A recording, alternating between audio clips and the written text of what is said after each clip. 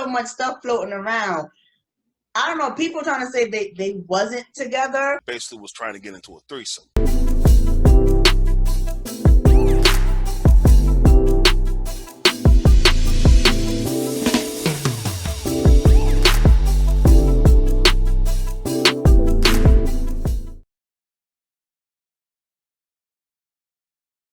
What is going on, ladies and gents? Welcome to another experience known as Kay and Manny. I'm the one they call Manny. She's the lady of all K's. And we have a special guest in the building. Yes, and I just have to say, oh my gosh, this young, mature lady that we have the pleasure of joining us this Saturday morning. I would like everyone to welcome my pastor, Pastor Betty Grant, the senior pastor of Mountaintop Community Church. Welcome, Pastor Grant. Thank you, and thank you for having me. It is a pleasure to be here, and I'm honored by the invitation by you and Manny. So I'm excited to get started on the subject matter today. Absolutely. Thank you, Pastor. Yes, the reason why Manny and I did this series to Death was part because we really feel like it is very imperative to the marriage community to get all the support they can get so they can continue, because, you know, family brings value to the community, and we all know that sometimes it's not easy. So sometimes they need to see other people who has experienced and went through it. And what a lot of y'all don't know, this beautiful lady right here has been married for 41 years. So she has powerful testimony to let you know, please don't give up on your spouse. So before I even go in that direction, one of the main questions I want to ask you first, Pastor, what should the foundation of marriage consist of? Great question, and I'm so glad you asked. And the main foundation, the root to a marriage is the foundation of God, because God is the one who created the foundation of marriage at the very beginning of creation. So God seeks to make marriages the key foundation for your life. And so since he instituted it, the only way we can truly have a successful marriage is you have to go back to the foundation, which is God. Absolutely. Manny? Absolutely. I agree. First of all, Pastor, thank you for coming into our show. And one of the questions, like where I would be coming from, just to let you know, I will be coming from the perspective of, say, like either the younger generation or those who are not married, because I'm not married at this time, unfortunately, even though my dad keeps asking me when I'm going to get married. I keep telling him I don't know. But at the end of it, I am looking for a wife, not a girl, just so y'all know. But I do want to ask this question, and I promised Lady K that I will govern my words accordingly, since we do have a pastor as our guest. One thing I wanted to ask you was, like, when it comes to marriage, like everyone has their definitions of what a marriage should look like, what it should be, or what it doesn't consist of. As of, you know, Lady K asked, like, what is your take on your definition of marriage? Because a lot of times people have a different definition of it. That is true. People have different definitions because even from the very beginning, you have to be able to separate the fact that are you going into a secular marriage, which is a contract. And so we live in a secular society that bases marriage on contracts, when really a marriage should be based on a covenant relationship. So I always look at marriages as 4 parts. 1, God being the foundation of the marriage. 2, understanding your commitment to the marriage. 3, understanding the covenant relationship that you are making that commitment or that promise to, and then living out the promise that you stood there together and made to one another. And when you say promise to one another, you're talking about the vows, correct? I'm talking about the vow is actually the covenant. So you stand there, and that's what makes, because see, we separate the covenant from a contract. We start thinking, especially the generation that I counsel, they're thinking contract. Contract is something that has an end date or a fulfillment date. With a covenant marriage, the only fulfillment to that is death do you part. Right. And That's it. I was going to ask you about that when you said what exactly is a contract marriage? And you pretty much defined it right there. Okay. My next question is that when you say younger people, or when you say you mentor younger people, of saying, okay, this is not a contract marriage where there is an ending to the said contract. It's more like till death do you part. Now, again, what advice would you give to the younger generation about marriage? Say, for example, and I'll give you an example. Like, for example, a younger couple, say like into their mid to late 20s or early 30s, whatever the case may be. They have this idea of what a marriage should be, but they see it from a perspective of, say, like their parents, or they see it on television, or they see it, say, from their friends or wherever. What is the one key? What is some advice would you give to them?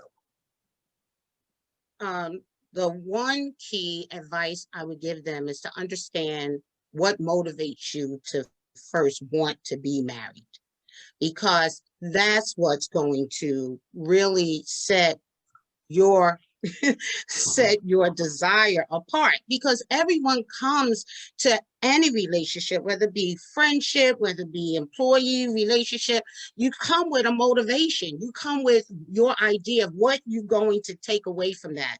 And so when you come into marriage, it's not always about what you're coming in to take, but what do you come in to bring? What do you bring to the table? So for young people, what are you bringing to the table? Because a lot of times marriages fall apart by those things that we did not honestly make forward known about what we bring to the table. We get sidetracked. I believe that we get sidetracked in the dating process.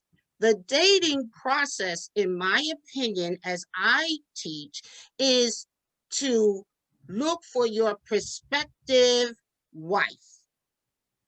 There you go. Why are you dating? Because and the dating process is really the interview, because you should already know what is it that you're looking for in a wife. Right. What will make you complete, right? What completes you? What your partner is the one that complements and complete you.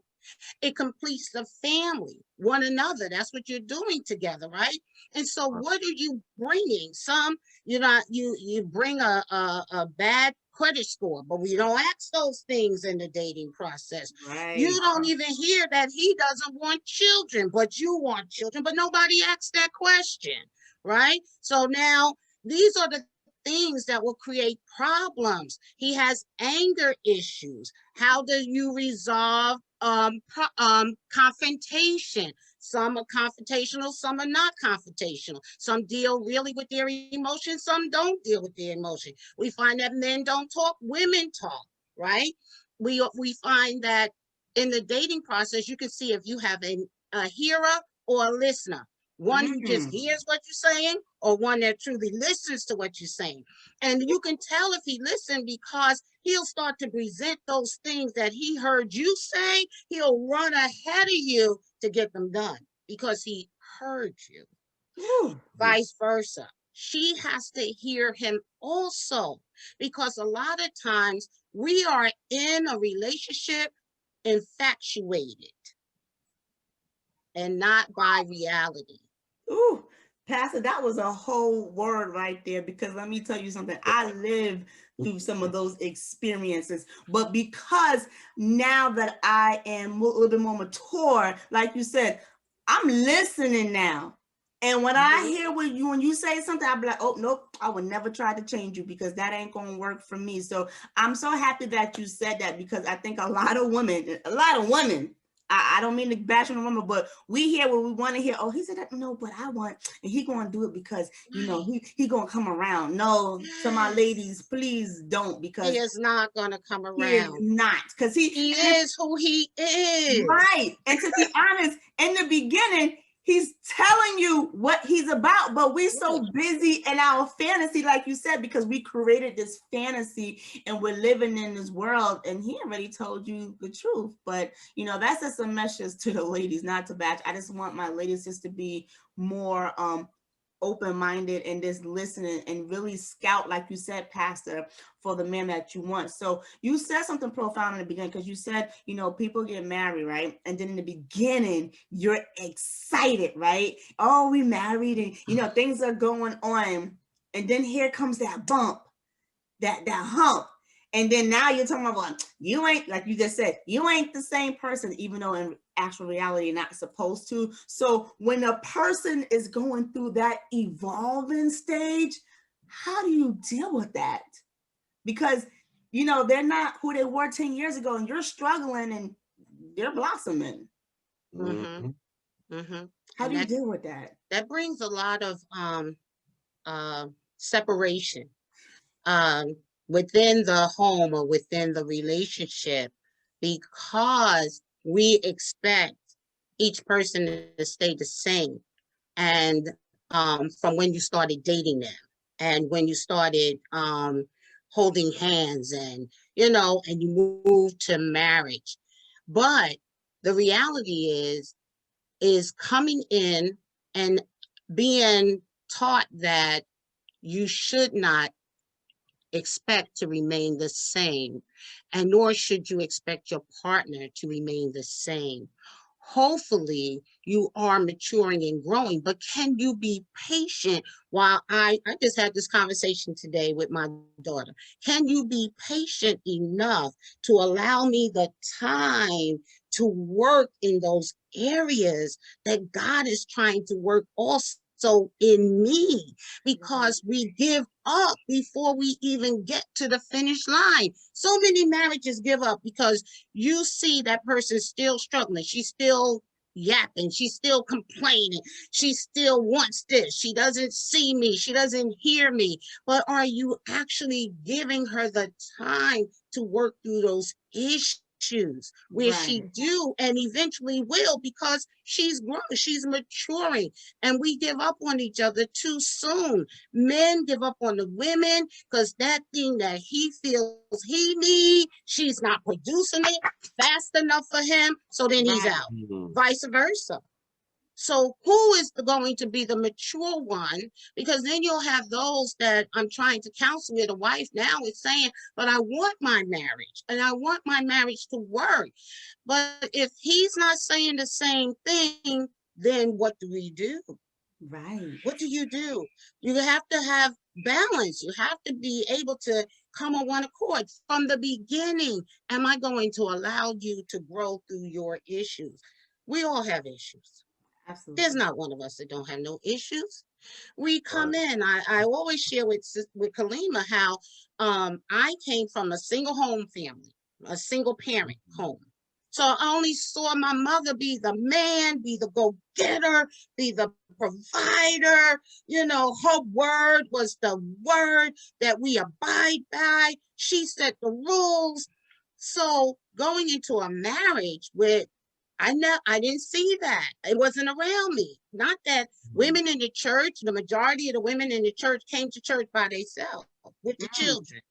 We mm. didn't see the husbands. We didn't know that there was a Mr. Gregg or a Mr. Powell, even though he was home, but we didn't know that because we didn't see that interaction. So you take a woman who's raised by a woman who has presented before her daughters strength. I mean, strong. Yeah. And then you put her in a relationship where she has to now learn how to compromise, how to allow a man to lead, and and how to trust his leading. That's That's great. that's hard.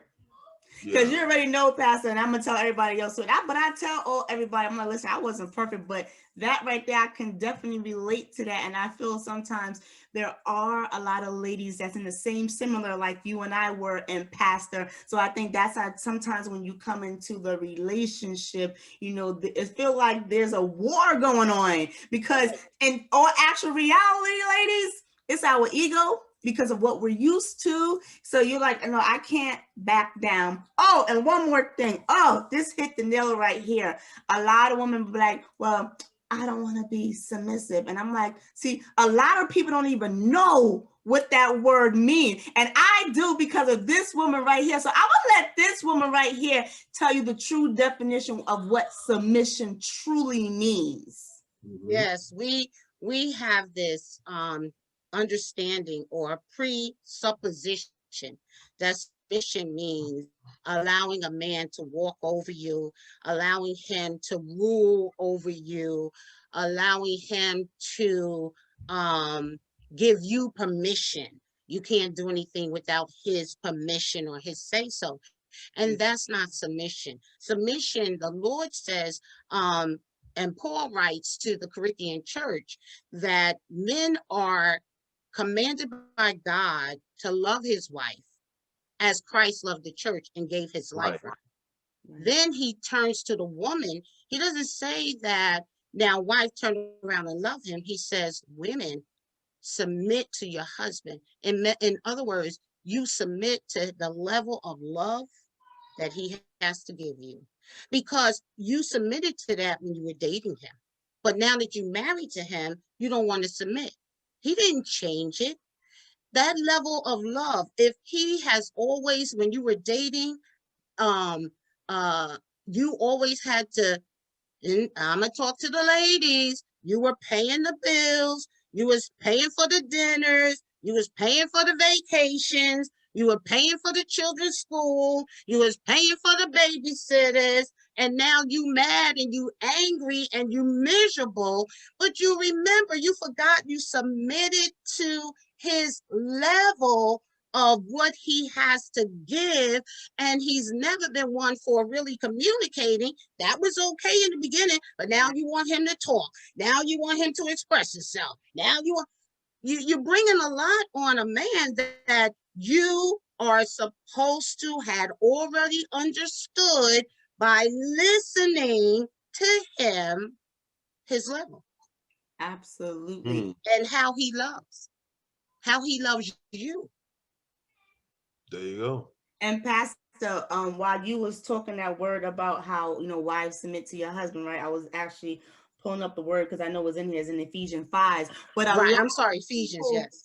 A lot of people miss this part. See, before that scripture where it says wives submit to the husband, right before it says husband and wife submit to one another. That's right. And it's so amazing how people always forget that. And that came first. That came first before it says wives submit to the husband. And then after that, then it says husbands submit to Christ. Right. That's right. Yes. Right. So, and you submit to Christ because if you're godly and you're walking in the ways of the Lord, it's because you love him. Absolutely. There you go. You honor him, right? Absolutely. So as women, it's not a problem to submit to your husband. Absolutely. When you love him. You love him. So you're submitting to his love for you. Right. And vice versa. You're submitting to the love she has for you and how she loves you. That's submit great. to the love. Submit to the love. That's what he's saying. Submit to the love. And love is supposed to be unconditional, but we know as humans we put conditions to it, and it's natural. But that's what makes the contract. Contracts are conditional. Covenants are unconditional. Right. But it's so hard for a lot of people. But I think at this place, so I think sometimes, like as a couple, they're going through certain battles and they're going over certain humps. Then they finally come to that common place where it took them a while, and then they can actually sit back and laugh about it because they've been through the valley and now they're on the mountain saying, wow, look where we came from. Right. you know, and then you get to appreciate it a little bit more. So when you Right. hear other people saying, oh, it don't work, you be like, you got no idea. Did you put the work in? And that's the thing too. I think what a lot of people feel they fail at is that they forget to date. So Pastor, I want you to talk about, you know, your dating experience with your husband and what Yes. that looks like. It's funny that you mentioned that. I had no idea what I'm sharing this wisdom now, but in the dating process, when my husband and I were dating, he was pursuing me, and I had questions. I will always ask questions. How many children you want? We already knew. He want 4, I want 4. What kind of vegetables you like? What kind of meat you don't like? What are your interests? Are you a reader? Do you read books? Because I read books. Are you a poet? Because I like poetry. So those things, but not at the time understanding that that was interviewing him. And I understood. So we got to see the things that we had in common, but we also got to see the things that we didn't have in common. And were those things we didn't have in common, were they deal breakers? Right. Right. Right? Mm-hmm. Right. Right. Because I mean, if she doesn't keep a clean house, that could be a deal breaker, right? I'm just saying, she can't cook could be a deal breaker. It might not be for some men because they're good cooks and they prefer to cook, right? So you Right. have to understand why you have that communication. So now my husband and I, we had gotten to a place where it was so much learning. I tell you, according to society, Manny, there's nothing that says that my husband and I should still be together 41 years later. Right. There's nothing that says that. Mm. It is really strange that we are still together 41 years later. We run into people from our childhood. You and Betty still together, still together. Every time I see you, y'all together, still together, Mm-hmm. because it's not expected. It's Right. not Right. expected, right? It's So not the we still, norm, and a it's lot not of the times, norm. yeah, and a lot of times, especially in this society, and we'll get into that in just a moment. You know, you see a lot of marriages fail because of whatever reason, and on top of Whatever. that, they said, "Well, I never seen a successful marriage, or I've been part of a unsuccessful marriage." So my question to you is, to those who have never been a part of a quote unquote a successful marriage, or they witness a failed or hostile marriage as a child or as an adult, what would your advice to them to be? Or what would your advice to them be? Let me ask that question better. My advice would be, if I could share with you my experience, which has caused my husband and I to overcome every obstacle you can think of.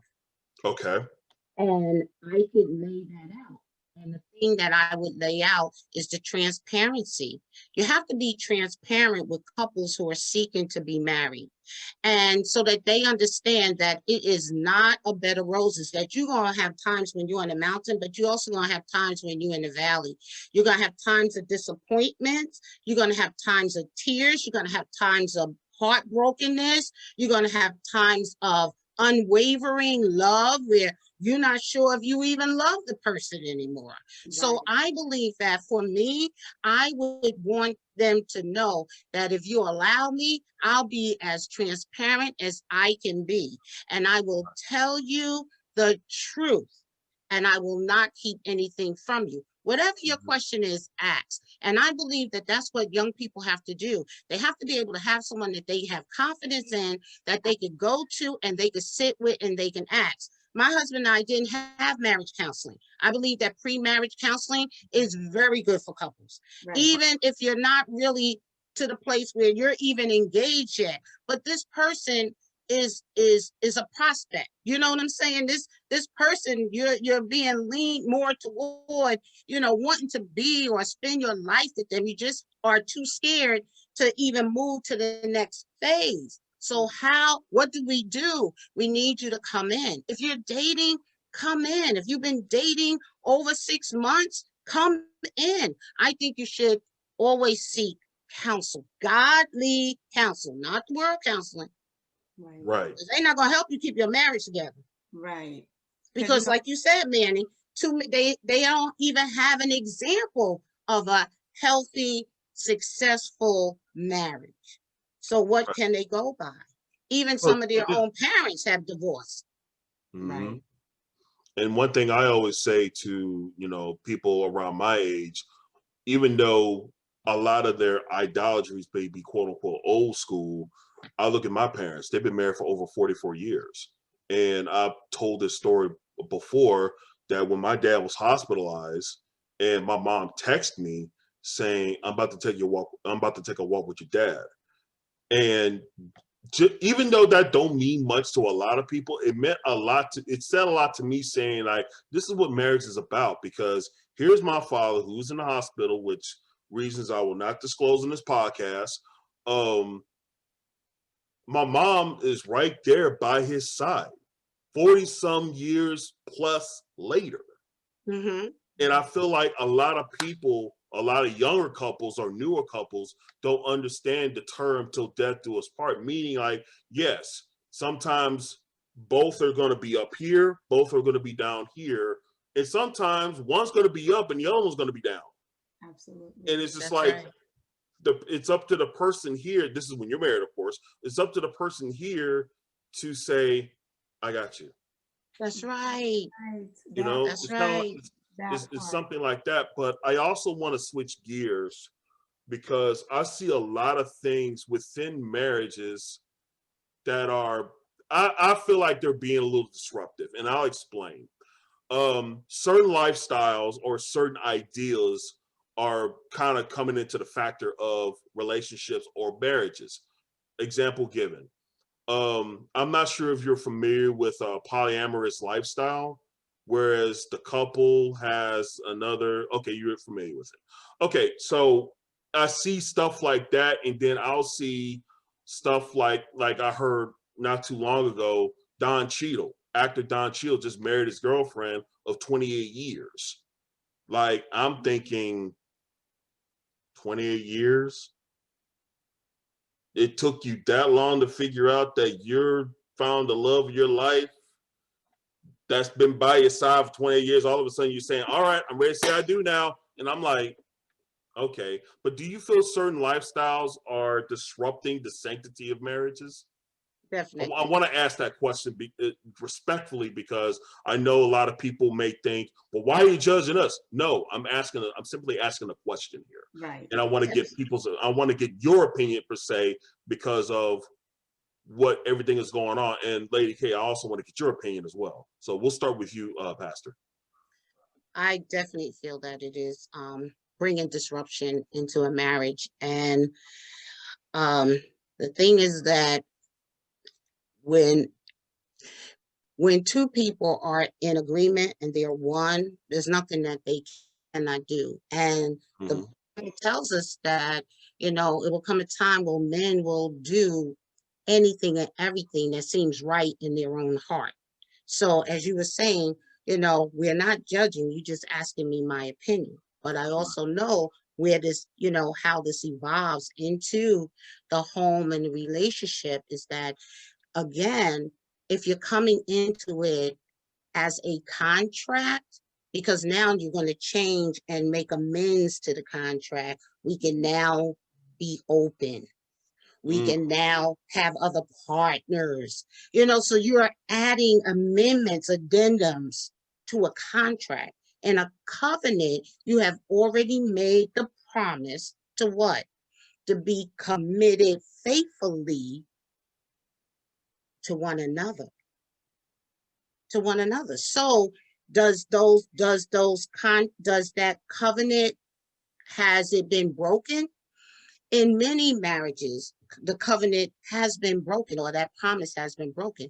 But it was that thing that having God in your heart and going to him in prayer, that it may give you the strength to rise up. Like you said, the one partner was here and the other one fell off.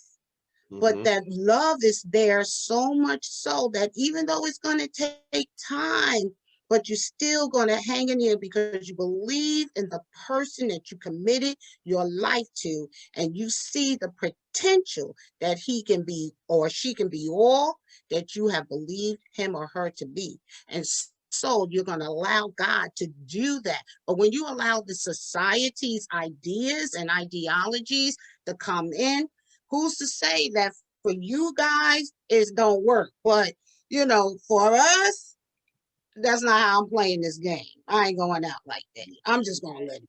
I ain't going out like that. I don't want that kind of relationship. And I'm glad my husband and I are on one accord with that. Right. We're one in our faith and our belief that what holds the sanctity of our marriage together. There you Amen. go. Lady K, what's your thoughts on what Okay. question I just asked? So a couple of months ago, Tabitha Brown, for a lot of people who don't know her, she's like a social media she's out there, like she's an actress, she's well known, she's a vegan, right? So she made a comment one day on a post, and she said, I'm finally able to retire my husband after 16 years, and I'm so excited. And you can see the excitement on her face. So as we know, our girl Wendy Williams had something to say about that. So Wendy was like, Our girl? yeah, Wendy Williams. I'm with you, Manny. I'm with that you. word off, please. Yeah. Thank y'all for throwing me under the bus. But You're welcome. I'm going somewhere with this. Wendy Williams said a comment about, I wouldn't do that if I was you. God gives them the opportunity to walk out and leave you, and da. All he gonna do is leave, right? Mm-hmm. So I thought about the foundation of her relationship. She allowed him to go outside the home and do the things that he was doing. She embedded that. See, but a lot of people don't understand is that when you start allowing stuff, you never know what the consequences is going to come later. And that was because of your foundation. So I respect Tabitha so much. Her clapback was, well, Wendy, let me tell you something what me and my husband did, because my husband believed in me. So she said, it took me 16 years to make it in this industry. And she said, and I want to reward him for, by retiring him, because he held me down while I chased my dreams. That set the tone, and that speaks volume over everything. Yes. And we built our foundation, our relationship on God. And I was like, that's right. That's right. And I'm saying this because you can't put your experience on other people, because every foundation is built differently. There you go. Obviously, Tabitha and her husband foundation was built on the word of God. That's right. And that's my perspective like that. But guys, I am having a great time. Pastor, I thank you so much. We're almost running out of time. So we're going to get everybody closing remarks, and then we're going to have to end for the day. So Manny, what's your closing remarks? My closing remarks is simply this, and I'm speaking from a perspective of an unmarried man. It's good to listen to the perspective of married people, because one of my morals and principles, and hopefully we can have a show about that, it's good to listen to the advice of those who were successful at it, i.e. Pastor Grant, i.e. my parents, my grandparents when my grandfather was alive. My grandparents were married for almost 60 plus years before my grandfather passed. So it's good to understand that what the foundations of your marriage is, and understand what is your foundation of your marriage, because a lot of times it's built on quicksand, because you, as Pastor would say, it's based on a contract. All contracts end, and most people break their contracts. And then on top of that, some people don't honor their contracts. Absolutely. So guess what? When you're on a covenant, you're answering to something higher than said contract. You're answering to a covenant. You're answering to God. You're answering to everything that he stood for and has basically embedded in you to not only implement in your marriage, but also teach others behind you or younger than you as far as what a marriage is supposed to be. So it's good to have good examples of those type of relationships versus looking at, say, social media or reality show to define what a marriage or a partnership or a contract is based on. So it's good that you should understand and have good examples and good teachers with that. Amen. Manny. I'm going to say amen. Yeah, let the church say amen. Don't do that. Don't do that. I'm gonna save the best for last, and that's for you, Pastor Betty Grant. But I'm gonna go and I'm gonna let you go. Me personally, I want people to know, if you were married the first time and you failed, please do not ever say, oh, I'm not getting married because it failed, because I am a living testimony that yes, my first marriage fails, but because I got the proper teaching and now I have the better mindset, I can say that I do want to get married for the second time, but I know the second time I do it, I'm in a better position, and he's not going nowhere because I'm not doing this again. Fellas. Closing remark. Now I'm gonna give the floor to Pastor Betty Grant. I thank you both again for having me on and allowing me to, share just a little nuggets or drop a few nuggets from my experience of having been married 41 years. And and we use the word a successful marriage. I can say that successful can be taken out of context, but I can say it has endured. Our marriage has endured, because God says that the race is not given to the swift nor the strong, but to him who endures to the end. So we have a marriage that has endured every obstacle you can think of during this time in our lives, and yet we know that whatever comes in front of us, together we're still going to be able to overcome, because we have come through with 41 years. But I like what Manny said as well. The examples that I did have, Manny, which I took and I still carry to this day, came from my grandparents and my great-grandparents, who did not divorce. It was till death did them part. And my great-grandmother gave me a wonderful word. She said, listen, don't start something in that marriage that you're not going to continue to do during the duration of the marriage. If you're not going to iron his shirts, don't start. If you're not going to fix his plate, don't start. And I understood that. She said, because it will bring conflict in the relationship, and you don't want to do that. And so I took that as advice, but they were definitely examples of marriages that endured obstacles and life. And so I thank you for adding that. And thank you both for having me. And don't forget, if you're married, still date. Right. Continue to date, because you still get to hear what is in one another's heart. So continue to date. It's important. Don't stop dating.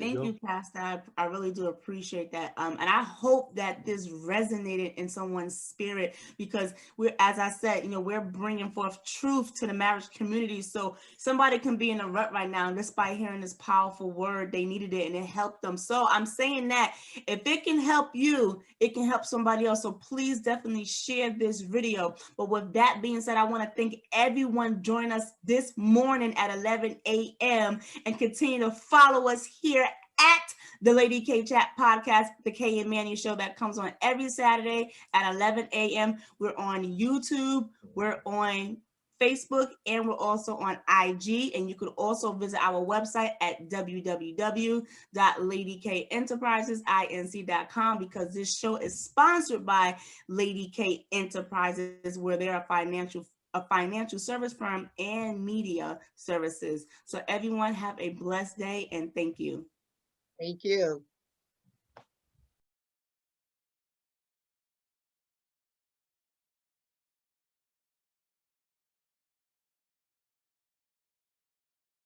Lady K.